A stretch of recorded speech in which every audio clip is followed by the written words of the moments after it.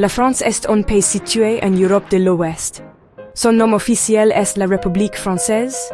Paris est sa célèbre capitale, un endroit connu pour l'art, la mode et l'histoire. Plus de 65 millions de personnes habitent en France. Elles vivent dans des villes animées, des villages tranquilles et de magnifiques campagnes. La langue officielle est le français. C'est une langue parlée par des millions d'autres personnes dans le monde. Pour beaucoup, c'est la langue de l'amour et de la diplomatie. L'histoire de la langue française est longue et riche, évoluant du latin parlé par les Romains et mélangée aux langues des Gaulois et des Francs qui sont venus après eux. La monnaie utilisée en France est l'euro. C'est la même monnaie utilisée dans de nombreux autres pays européens, ce qui rend les voyages et le commerce entre ces nations beaucoup plus simples. Avant l'euro, la France avait sa propre monnaie appelée le franc français. Le gouvernement de la France est une république semi-présidentielle. Cela signifie qu'il y a à la fois un président et un premier ministre. Le président est le chef de l'État et le premier ministre est le chef du gouvernement. Ce système a été établi sous la 5e République en 1958 par Charles de Gaulle, une figure d'une immense importance dans l'histoire française moderne. La devise nationale de la France est liberté, égalité, fraternité. Ces trois mots sont un puissant rappel de la Révolution française. Ils représentent les valeurs fondamentales que la nation s'efforce de défendre. Ils sont écrits sur les bâtiments publics et les pièces de monnaie. Ils sont une promesse faite au peuple français sur le type de société dans laquelle il vit. Cette devise inspire non seulement les Français, mais aussi les gens du monde entier qui croient en la liberté et les droits de l'homme, un héritage qui a résonné à travers les siècles depuis sa naissance révolutionnaire. Ces faits de base offrent une simple introduction à la France. Ils sont le point de départ d'un voyage plus profond. Comprendre ces éléments nous aide à explorer l'histoire complexe et la culture vibrante du pays. De son gouvernement à son peuple, chaque partie raconte un morceau d'une histoire plus vaste. La France est un pays qui a façonné le monde de nombreuses façons. Elle continue d'être une force majeure dans les affaires mondiales, l'art et la pensée. Son influence se fait sentir bien au-delà de ses frontières, un témoignage de son héritage durable et de son présent dynamique. Le français est souvent appelé l'hexagone. Ce surnom vient de la forme du pays qui ressemble à une figure à six côtes. Sa partie continentale est bordée par plusieurs pays. L'Espagne se trouve au sud de l'autre côte des Pyrénées. L'Italie, la Suisse et l'Allemagne sont à l'est. Au nord-est se trouvent le Luxembourg et la Belgique. Cette position centrale en Europe de l'Ouest a été très importante tout au long de son histoire. Elle a fait de la France un carrefour commercial, culturel et de conflits, un lieu où idées et armées se sont rencontrées pendant des siècles. La forme du pays est devenue un symbole d'identité nationale pour le peuple français. Le paysage de la France est incroyablement varié. Il y a de vastes plaines dans les régions du nord et de l'ouest. Ces zones sont parfaites pour l'agriculture. Au sud-est, vous trouverez les majestueuses Alpes. Ces montagnes abritant le Mont Blanc, le plus haut sommet d'Europe de l'Ouest. Au sud-ouest, les Pyrénées formant une frontière naturelle avec l'Espagne. Le pays a également de longues côtes. L'une est sur l'océan Atlantique, connu pour ses vagues sauvages et ses plages de sable. L'autre est sur la mer Méditerranée, célèbre pour ses eaux bleues et son climat ensoleillé. Cette diversité géographique signifie que vous pouvez découvrir de nombreux environnements différents au sein d'un même pays. De grands fleuves traversent la campagne française. La Seine traverse Paris, ajoutant au charme de la ville. La Loire est célèbre pour les magnifiques châteaux qui bordent ses rives. Le Rhône coule des Alpes jusqu'à la mer Méditerranée. La Garonne irrigue les terres fertiles du sud-ouest. Ces fleuves ont été vitaux pour le transport et l'agriculture pendant des milliers d'années. Ils ont façonné la terre et la vie des personnes qui vivent le long de leurs rives, servant d'artères de commerce et de sève pour les régions qui y traversent. La France a aussi des territoires d'outre-mer dans le monde entier. Ces sont des vestiges de son passé colonial. Ils incluent des îles dans la mer des Caraïbes, comme la Guadeloupe et la Martinique. Il y a la Guyane française en Amérique du Sud. Il y a aussi des îles dans l'océan Indien et le Pacifique, comme la Réunion et la Polynésie française. Ces territoires ont leurs propres cultures et paysages uniques.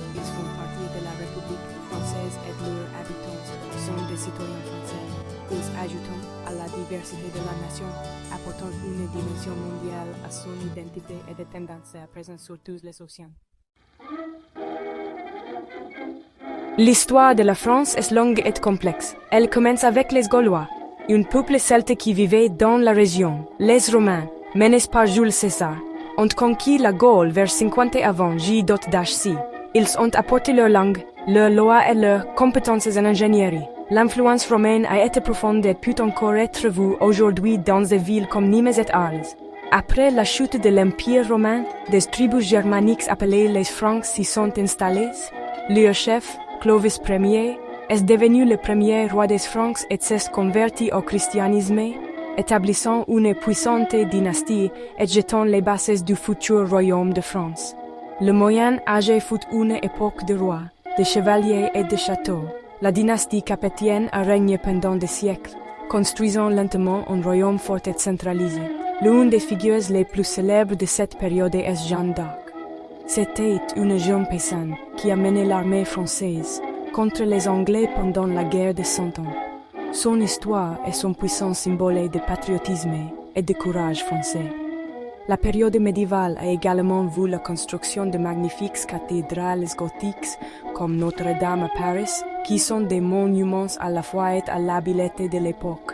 La Renaissance a apporté un épanouissement de l'art et de la culture en France, influencé par l'Italie voisine.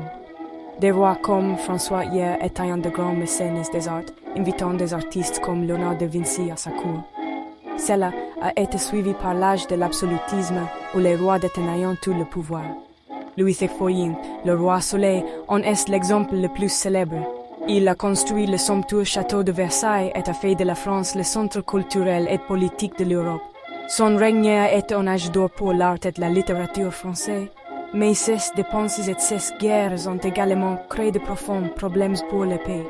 La Révolution française en 1789 a tout changé. Le peuple renverse la monarchie, exigeant liberté, égalité, fraternité. Cela a conduit à l'ascension de Napoléon Bonaparte, un brillant général militaire qui est devenu empereur des Français. Il a conquis une grande partie de l'Europe et a diffusé les lois et les idées françaises. Après la défaite de Napoléon, la France a connu plusieurs autres révolutions et changements de gouvernement. Elle a subi deux guerres mondiales dévastatrices au 5 siècles. Finalement, en 1958, l'actuelle 5e République a été établie, apportant une période de stabilité politique et de croissance économique à la France moderne. Le gouvernement français fonctionne selon la Constitution de la 5e République, établie en 1958. Ce système est connu sous le nom de République semi-présidentielle. Il présente un équilibre unique des pouvoirs entre deux figures clés. Le président est le chef de l'État, élu directement par le peuple pour un mandat de 5 ans. Il ou elle détient un pouvoir important, notamment en matière de politique étrangère et de défense. Le président nomme le Premier ministre, qui est le chef du gouvernement. Le Premier ministre et son cabinet sont responsables de la politique intérieure et doivent avoir le soutien de la Chambre basse du Parlement. Le Parlement en France est composé de 2 chambres. La Chambre basse est l'Assemblée nationale, et ses membres, appelés députés, sont élus directement par le peuple tous les 5 ans. L'Assemblée nationale est le principal corps législatif. Elle peut adopter des lois et peut également renvoyer le gouvernement par un vote de censure. La Chambre haute est le Sénat, et ses membres sont élus indirectement par les élus locaux. Le Sénat examine et vote également les lois. Mais l'Assemblée nationale a le dernier mot en cas de désaccord. Ce système bicaméral est conçu pour assurer des contrôles et des équilibres. Le paysage politique en France est diversifié, avec plusieurs grands partis politiques. Au centre droit, les républicains ont traditionnellement été une force dominante, prônant des politiques conservatrices et libérales. Au centre, la République en marche est un parti plus récent, fondé par le président Emmanuel Macron, qui promeut un programme pro-européen et économiquement libéral.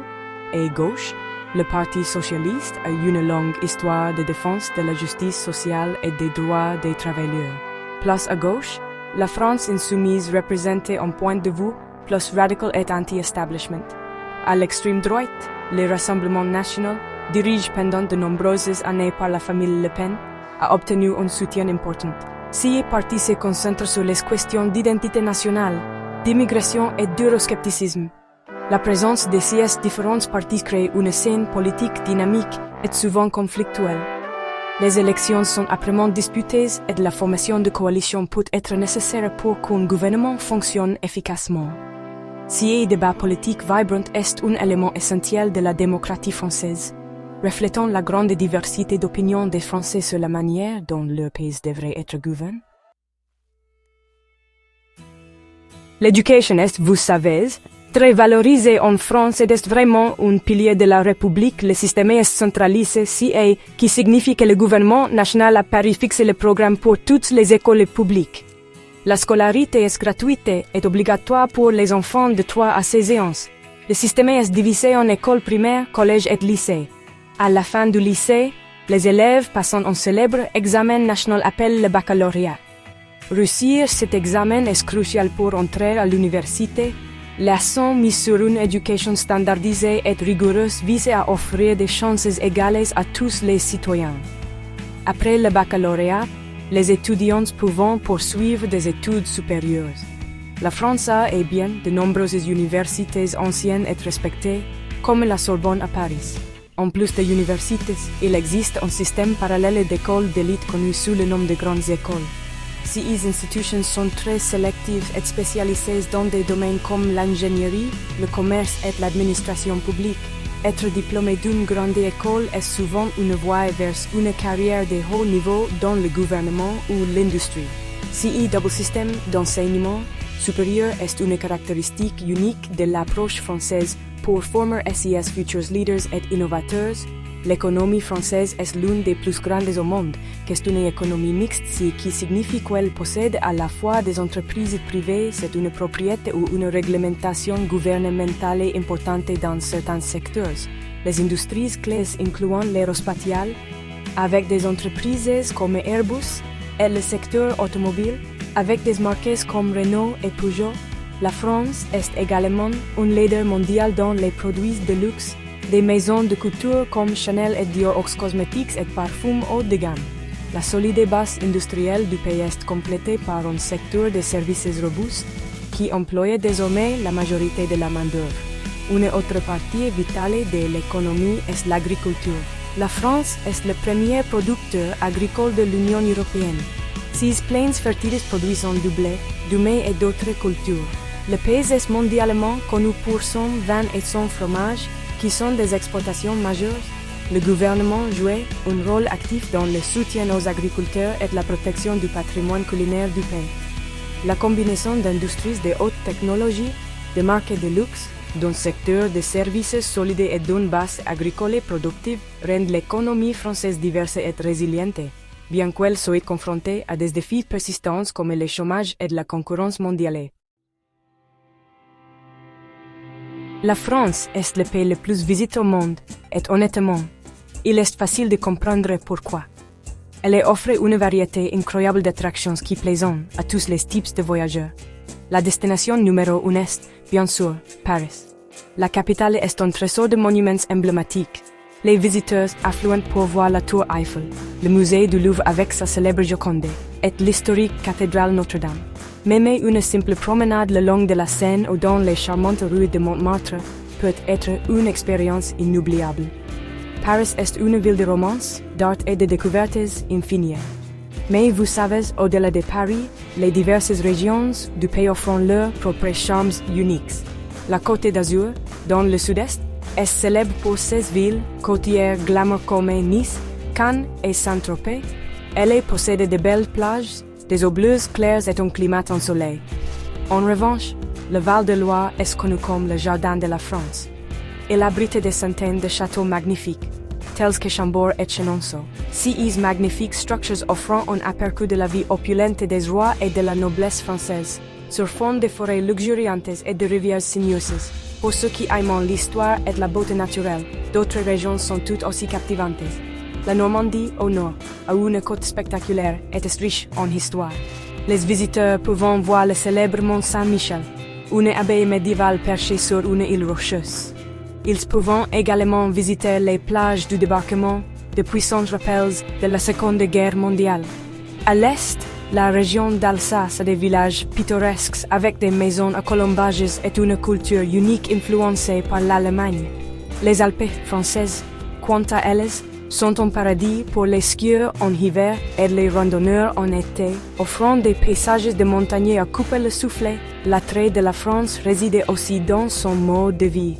Les touristes viennent profiter de la cuisine de renommée mondiale, des simples croissants de boulangerie au repas élaborés à plusieurs places dans des restaurants étoiles au Michelin. Ils viennent explorer les marchés locaux remplis de produits frais, de fromages et de vins. La culture de s'asseoir à une terrasse de café, de siroter un café et de regarder le monde passer est une attraction en soi. C'est cette combinaison de monuments célèbres, de paysages diversifiés, d'une histoire riche et d'un mode de vie unique qui fait revenir des millions de visiteurs en France année après année. La culture française a eu un impact profond sur le monde pendant des siècles. En littérature, la France a produit certains des plus grands écrivains de l'histoire. Des figures comme Victor Hugo, auteur des Misérables et de Notre-Dame de Paris, ont capturé l'esprit de la France du XXe siècle. Albert Camus et Jean-Paul Sartre ont été des figures de proue de l'existentialisme, un mouvement philosophique qui explorait le sens de la vie dans un monde de sens peu inhérent. La littérature française est célébrée pour son élégance, sa profondeur intellectuelle et son exploration audacieuse de la condition humaine, ce qui a valu au pays plus de prix Nobel de littérature que tout autre. La philosophie a toujours occupé une place spéciale dans la vie intellectuelle française, à partir de René Descartes au XVIIe siècle, dont la célèbre phrase « Je pensais, donc je suis » est devenue un fondement de la philosophie occidentale moderne. La France a été un centre d'idées nouvelles. Au XXe siècle, les penseurs des Lumières ou philosophes comme Voltaire, Rousseau et Diderot ont défendu la raison, la liberté et les droits de l'homme. Leurs idées ont directement inspiré les révolutions françaises et américaines et continuent de façonner la pensée démocratique moderne. Cette tradition de pensée critique restait un élément central de l'éducation française et du débat public. Le monde de l'art doit une dette énorme à la France. Au XVe siècle, Paris était la capitale incontestée du monde de l'art. C'était le berceau de l'impressionnisme, un mouvement révolutionnaire mené par des artistes comme Claude Monet, Edgar Degas et Pierre-Auguste Renoir. Ils cherchaient à capturer les effets fugaces de la lumière et de la couleur dans leurs peintures. Cela a été suivi par de nombreux autres mouvements d'art moderne, tels que le cubisme, dont Georges Braque et Pablo Picasso ont été les pionniers. Ces derniers ayant également passé une grande partie de sa carrière en France. Les musées du pays, comme le Louvre et le musée d'Orsay, abritant certaines des collections d'art les plus importantes de la Terre. La France est également synonyme de haute couture. Depuis plus d'un siècle, Paris est le centre mondial du style et de l'élégance. Elle abrite des maisons de couture légendaires telles que Chanel, Dior et Yves Saint Laurent. Ces créateurs n'ont pas seulement créé des vêtements, ils ont façonné la façon dont les gens du monde entier s'habillent et pensent au style.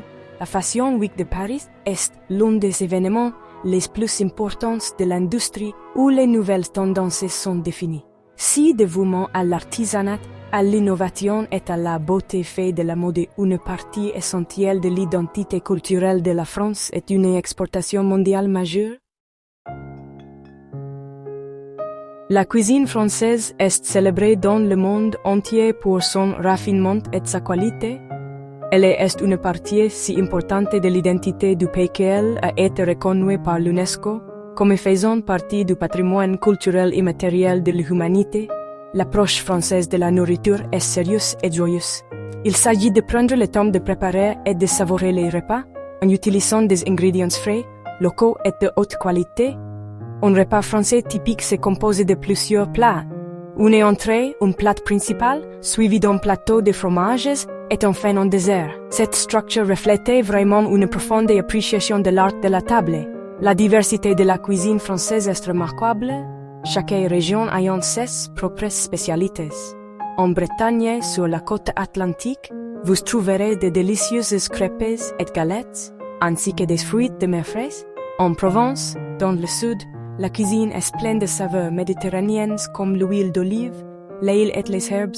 La Bourgogne est célèbre pour ses plats riches comme le coq au vin et le bœuf bourguignon, un ragoût de bœuf classique. L'Alsace, près de la frontière allemande, est connue pour sa choucroute garnie. De la choucroute servie avec des saucisses et des viandes. Cette variété régionale signifie qu'il y a toujours quelque chose de nouveau et de délicieux à découvrir. Aucune discussion sur la cuisine française n'est complète sans mentionner ces deux produits les plus célèbres, le fromage et le vin. La France produit plus de 1000 types de fromages différents, du brie doux et crémeux au roquefort piquant et persil. Le plateau de fromage est une partie très appréciée du repas, un moment pour savourer différentes textures et saveurs. De même, la France est l'un des plus grands producteurs de vin au monde.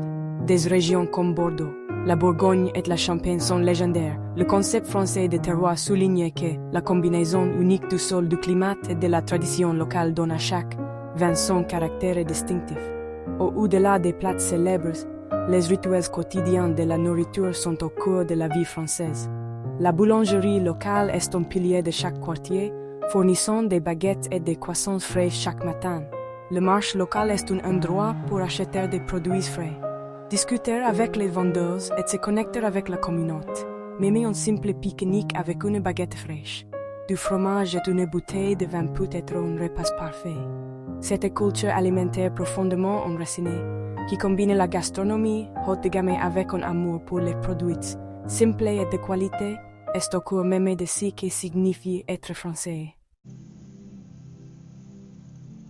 La société française d'aujourd'hui est un mélange complexe de tradition et de modernité. Le mode de vie, souvent appelé art de vivre, accorde une grande importance aux loisirs et à la qualité de vie.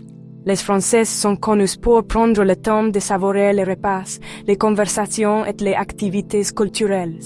La semaine de travail de 35 heures et les généreuses vacances sont légalement protégées, reflétant la conviction que la vie ne doit pas être uniquement définie par le travail. Cet accent sur l'équilibre est soutenu par un solide filet de sécurité sociale.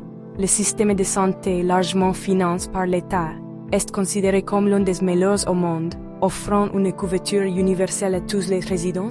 La religion en France a un statut unique. Le pays est officiellement laïque, un principe connu sous le nom de laïcité. Cela signifie qu'il y a une stricte séparation de l'Église et de l'État, bien que historiquement, un pays majoritairement catholique, et que nombre de ces traditions et jours fériés soient liés au christianisme. La vie publique est censée être exempte d'influences religieuses. Aujourd'hui, une grande partie de la population se déclare non religieuse.